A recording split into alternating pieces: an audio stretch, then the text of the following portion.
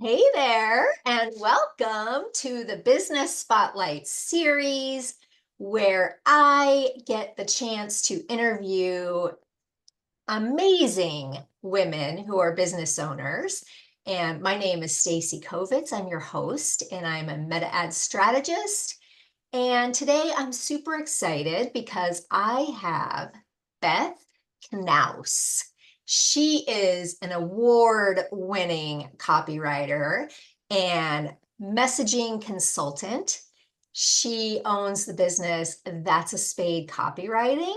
And she also, well, she loves to write and she loves to capture her incredible clients' messaging. And I'm sure she'd love to get a hold of mine as we're talking here. And without further ado, welcome, Beth. Thank you for being here. Woo, woo. Thank you. So excited to be in the spotlight today with you, Stacy. In the spotlight. Okay, so,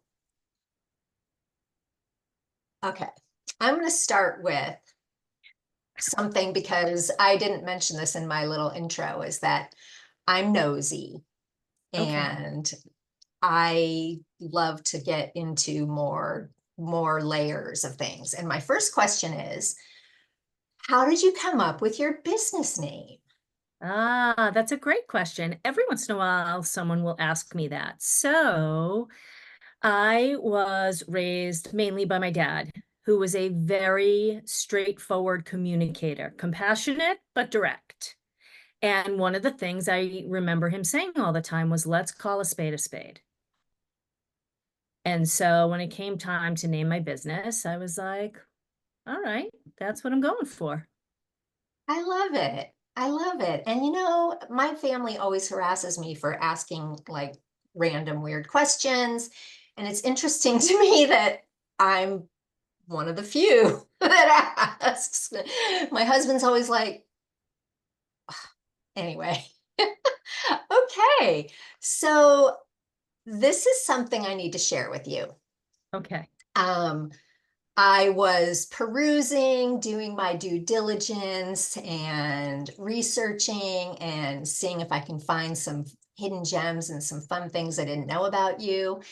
Hmm. And I know, of course, I wanted to see what your wonderful, generous gift was that you're willing to share with the audience. And so I downloaded it. And I was feeling a little ashamed because I have never taken the time as a business owner to hone in on my messaging and my voice and all of that stuff. I'm in a million programs and I've signed up for a million things, and once I start doing the work, it gets hard, and so I stop. So here's a meta story. I go to your gift. I download it. The first thing I see is um here we go. I encounter many business owners who are so busy when they start their businesses that they don't invest enough time in establishing their foundational messaging that they can use consistently in all of their communications. And I was like, bam, that's calling a spade, There you go. right? There it is. That is the beauty of knowing who you're talking to. Yeah. You took the words like in a much more eloquent way right out of my mouth and put them on the page. Like you were talking to me. I was, oh my gosh, I'm not alone. Yeah, you're not alone. And that's the thing. I feel like, you know, there are a few things here. The first thing is that most people are like, well, I'm a writer. I can write. I did really well in English. I took literature in college. I'm going to be able to write. And then I think when they start their business, they probably invest in like a logo and then colors for their website and stuff. But the messaging piece gets passed over because the business owner is overwhelmed. They're generally a solopreneur. and they have to, something has to give. There has to be a compromise with time. And they might be working with somebody who gives them a questionnaire, and that person says, well, it sounds like you're saying this. And they go, yeah, that's good. Let's go with that. And instead of really reflecting and investing the time to do that, they're going to have to do it later because they haven't done it. And then you get to the point where you're like, why can't I reach my clients? Why am I stuck at this spot? Why can't I move my business forward? And I just actually recorded a session. I'm going to be in a summit, an audio summit for AI, which is not my wheelhouse, but I have opinions. And we were talking about this very thing, about how people just, they struggle with their time. And people think SEO is important. It is. People think that all these things are important, and they are. But you can't choose any of them until you have some foundational messaging and you're confident in using it. I mean, hallelujah, because it's one of those things. I'm a jump in and figure it out later kind of person, always have been about everything. And to me, for the last however many years I've been in business, yeah, whatever, right? To those foundational pieces. And here I am all these years later, still, now I know though, I know, I've heard it, I get it. It's so important because you need to be able to speak clearly to your ideal client about what you do and why you do it so they understand, and that you can talk to the people that you need to attract to have a business. And honestly, it is a lot of work though, which brings me to, first of all, I learned a lot of things about you that I love. I'm going to go off tangent here, or off topic, and say 35 years in the beauty industry. Like, what? Tell us about how that happened. How did you go from Yeah. 35 years in the business industry to what you're doing now?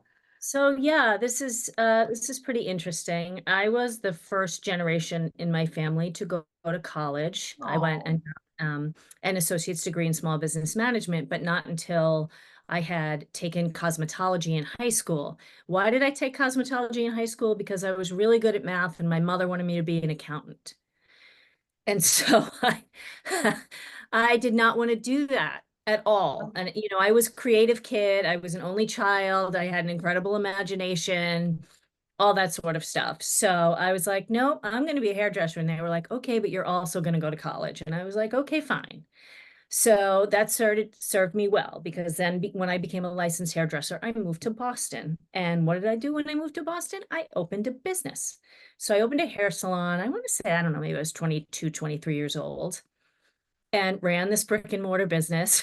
Like I knew exactly what I was doing. oh my I think of it gosh. now, I'm like, holy cow, like what was I doing? So once I had a hair salon and I had staff, I was like, I need to be educated. So I went and I worked for a company called Zodos, and I was a salon educator, but I got a lot of training from them, and I worked at trade shows and, knew a little bit about sales. And I knew about sales because before I moved to Boston, I actually worked for Aveda when they were like a grassroots company. Like they were brand new and just trying to open distributorships. And so that was interesting. I am not a good salesperson. That's what I learned through my time working with these companies. And then I moved to Boston. I got married while I owned my hair salon and got pregnant. And I was like, I'm going to sell my business. So that was also really cool because I had established a business in an industry where there was a lot of failure, and I was able to sell my business. But I always like wanted to keep doing something. So I've always loved writing. And like middle school, I'm going to say, is when I really started to write, angsty journaling and that sort of stuff. Angsty journaling. So I started to go to writing groups where I was doing a lot of professional writing. But I always had that pull to business, and I love advertising. I love the commercials. I could care less about football, but at the end of the season, what do they call that big day? Everybody's all the Super Bowl. Oh, is that what it is? Okay. It's the commercial I love, day, eat I wings love and the, junk. yep, food, snacks, friends, and advertisements. That's what it is for me. So, um, once I knew that my kids were going to be off and going to college, I said to my husband, we're going to downsize. And before we do that, I'm going to start to do some writing on the side because when we move, I'm not doing this. I was cutting hair at home. Had started to do that when the kids were younger because I could do it around their schedule. And so, in a nutshell, that's how I landed here as a writer. And I was working part time and doing some hair, and then COVID hit. So I couldn't do any hair. And I was really okay with that. Wow. I love that so much. I wish we lived in the same town. I would love for you to, you could write my copy, you could cut my hair. We could just have such a Right. day. That's amazing. Congratulations. I can't believe you started a brick and mortar business all on your own at 22. It was successful. You sold, I mean, that's a great story. I love it. Thanks. Yeah, I don't Um, know if I had no fear or what it was. I was just like, yeah, I'm going to open a business. I mean, and to make matters even more interesting, I did it by taking credit card advance on a credit card. that's what people are still doing. So there you That's right. go, Because I right? couldn't get a loan. I couldn't get a loan. I wasn't not going to open the business because I couldn't get a loan. Yeah. Oh my gosh. I'm so impressed. I am so impressed. Thank you. This is part of your workbook that you have. The part that screamed out at me was, I love this part too. Even worse, they stopped talking about their business altogether. Mm, So guilty of that for a long time. yeah. Yeah. Especially when you're trying to find your way, right? And you're trying to figure it out because let's face it, we start a business thinking we know what we're doing. And then it's not until you've worked with some clients that you really start to say, oh, I want to do this, but I don't want to do that piece of it. Correct. Or I thought I wanted to work with this kind of client, but I really don't. Right? Which brings me to another part, which I really like your approach, which was starting with don't make a list of all the things you like, but let's start with things you don't like. I thought that's fun.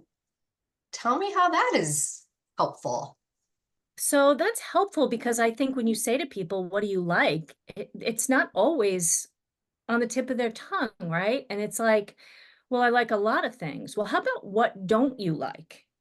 And people don't tend not to look at that. And that helps me as a writer. Like if you say, I hate the word applesauce, I might have been like, oh, I was totally going to use that word. Like you just don't know. People have history with language or the way that things are said, or maybe it's just, idioms they heard throughout their childhood or um I know these are kind of silly examples, but like show me some websites that you do like, but that you don't like, because we want to make sure we don't.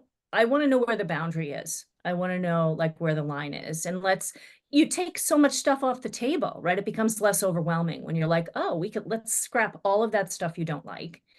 And then let's focus in on what you do really like.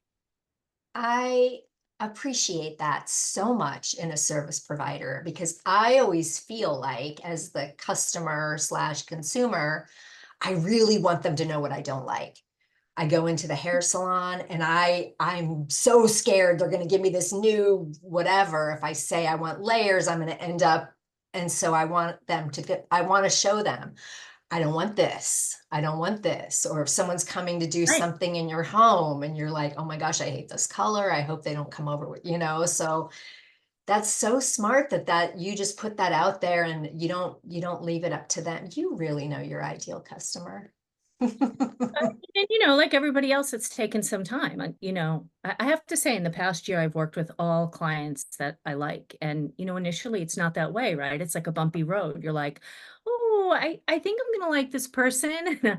I'd really like to make the money, so I'm gonna give it a go. I'm gonna do my best, and that's great. But then when you're in the mud with these people, you're like, oh, we are not doing each other a favor at all by working together. And sometimes the client doesn't see it, right? I understand completely about that. Yeah. So I want to know, because I know that what you do is you're able to get to know your clients so, I don't want to say intimately, but maybe intimately, that you're able to sound like them in all of their copy. And so can you walk us through a little bit of your process, how you make that happen? Sure. So I do have a pretty extensive like discovery process as far as questionnaire goes. And that's very helpful. But for me, it's that phone time, right? It's that initial call on Zoom, and then it's the follow up strategy call after the questionnaire process because I want to see you. I want to see your facial expressions. I want to know about your mannerisms. What color are you wearing? Are you intense? Do you have a sense of humor? Like, you can get so much from conversation from people that they might not put in a questionnaire. So that is really helpful for me that, after you talk to somebody a couple times, you could say, or I can say, I don't know if they'd really say that. Could I picture them saying that? And I have actually seen them speaking and, engaging. And so that's really helpful. I will say there are times when I take what a person gives me in a questionnaire and I have met with them, and they'll say, "Oh, I didn't realize that you were gonna write those things that I said." Not that I write things word for word, but they're like, "I don't, I wanna change that a little bit." And sometimes they feel bad, but to be honest, there's no first draft. It's rare that a first draft is perfect. And then it's like, you get to scrap that one? Not scrap it, but and say, "Okay, then let's get real about what you wanna say. Let's really dig a little deeper into the questionnaire and your answers." And maybe you rushed, maybe it was surface and you didn't invest enough time in it. So then we have to go back and kind of dig a little bit deeper. I want to break into song right now. Do you know what song? What's going for me? You don't know? I don't. Tell me. Oh, okay. Well, okay, so I have four girls and I've been watching Disney Channel for the last 30 years. So, Oh, well, they okay. didn't have Disney Channel 30 years ago, but anyway, I want to dig a little deeper. Anyway, you don't know it. I think it's like, Oh, wow, I don't know, Hercules maybe? then I probably do know it. I remember we watched Hercules a lot. It might not be Hercules. Okay. I'll get You might be flagged right. on YouTube for this for copy for Oh, infringement. I'll bleep it out. all right. Okay, so I did see also that you're an almost or partial empty nester, and that you live with your chubby cat Mhm. and your awesome husband, Mhm. and that you like to in your spare time travel, read, um, and laugh a lot. So, what I want to know, what makes you laugh the Oh god. hardest? What kind of We humor? we laugh all the time. It's usually really snarky humor, possibly slightly inappropriate.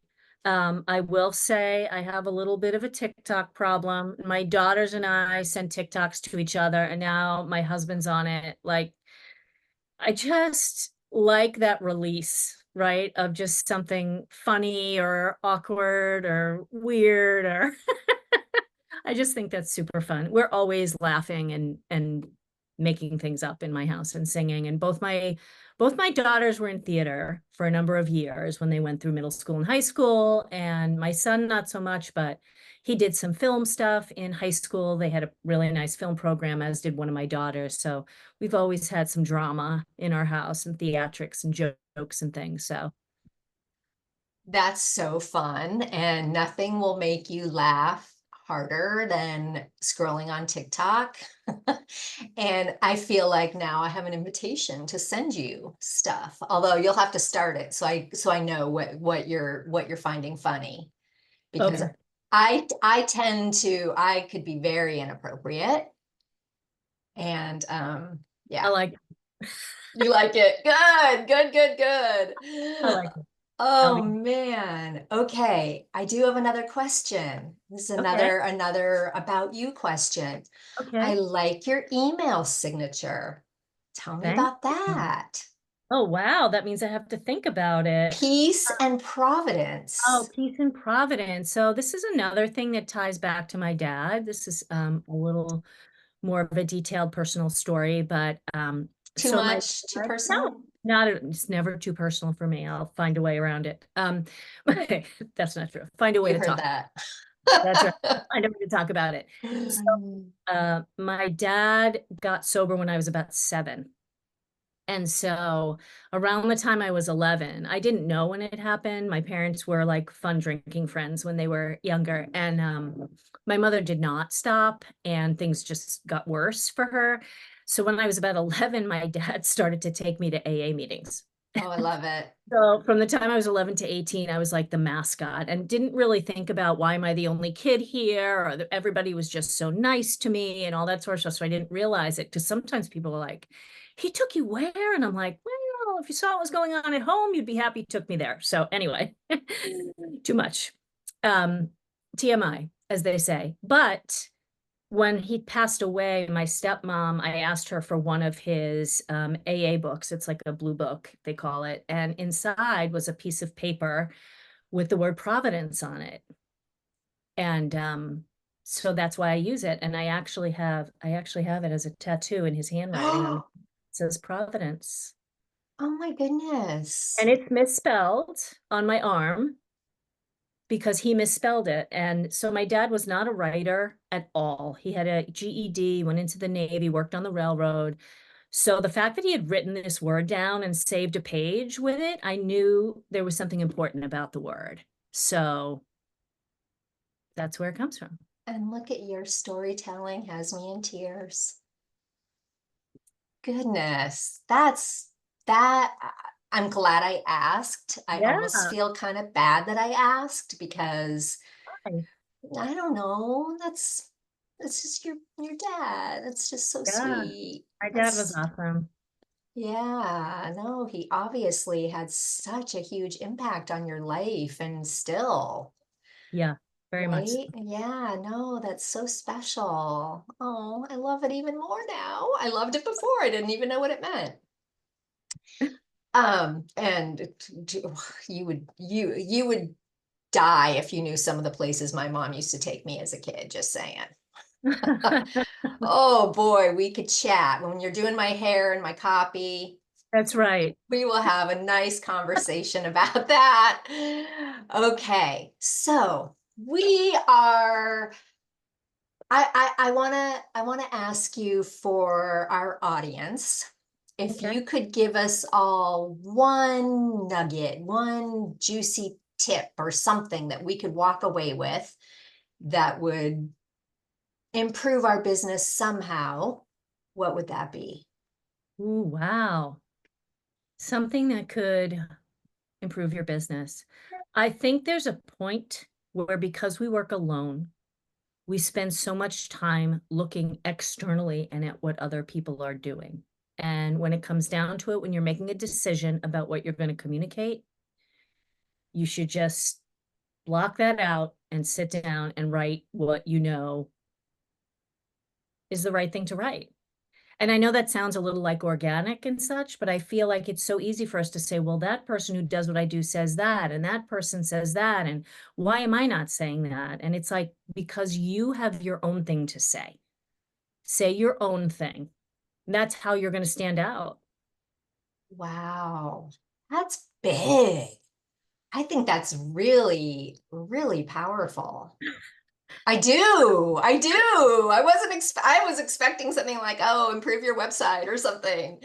Yeah, That is right? just, yeah, no, that is really, really great because especially now, right, with Mhm. so much coming at us, there's just so much. It could be so overwhelming and you get so overwhelmed sometimes you do nothing or you just do what the other person that you do do what the other person do what they do that you does?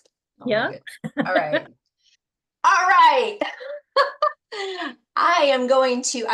You want to tell us a little bit about your AI summit that you're participating in? Sure. So this friend and colleague of mine, Christina Fry, decided she wanted to do this audio summit specifically focused on AI. And I think I'm in it and maybe 5 or 6 other people. And so today I recorded my interview and because it's audio, everything's recorded ahead. It's not going to be live, but when it drops, people can then listen to it at their leisure. And it's people in different fields. And so, first of all, the first takeaway I got today is for me, AI is ChatGPT, because in my world, AI is all about writing. But for people in other fields, it's for many other different things. It's just such a huge umbrella, right? So that was For the first. example, tell me something. Well, like she said to me, have you used AI to like come up with recipes or use straighten out your calendar or like some of these personal things? And I was like, what? Yeah. What are you talking about? Hmm. ChatGPT can do that? I know. So there's just it can do so many things. And chances are, if you need help with something, it can do it. Um, and I'm, again, a little bit of a nonconformist with AI because I feel like everybody has to get clear on their boundaries with it. You are using other people's content, right? Mhm. Nothing you get from AI is original or brand new. It's an input-output system. So it's all about whatever people have put into that. It's called the LLM. I learned that the other day, the large language model. And it's just all of the information everywhere up until 2021. So this is another interesting fact. Mhm. So if you're writing about something really fresh and current and trending, AI is probably not the place where you're going to do any research on it. Even the most updated version right now? I think if you have the paid version, you can ask ChatGPT to use more current language models. Yes. Okay, good. But it hasn't always been that way. And so that's another thing. It's a little volatile, right? It's always changing because they're learning about all the things it can do. The capacity is just unbelievable. So anyway, I was talking about how, somebody who's the solo professional can use AI without and feel good about how they're using it without infringing on somebody else's content. Oh. But these other folks in the summit are talking about all different AI subjects. And whether people use it or not, or they think it's good or not, I waited a long time to jump in because it was just so like, in your face and all over. Um, there's just so much to learn. And there's definitely a way for everybody to use AI to benefit them and also feel good about how they're using it. Well, that's great. How can we learn about it? You'll share the link and I'll share it? I will share the link. All Yeah. right, perfect. Okay, well, this has been so much fun and such a pleasure. And I will have all of the things. I will have your resource, your AI Summit link, how to sign up, and where to find you in the description. Awesome. Any last words? No, this was super fun. It was nice to not be asked the typical regular questions. Oh no, what are those? All right, well, that's another conversation.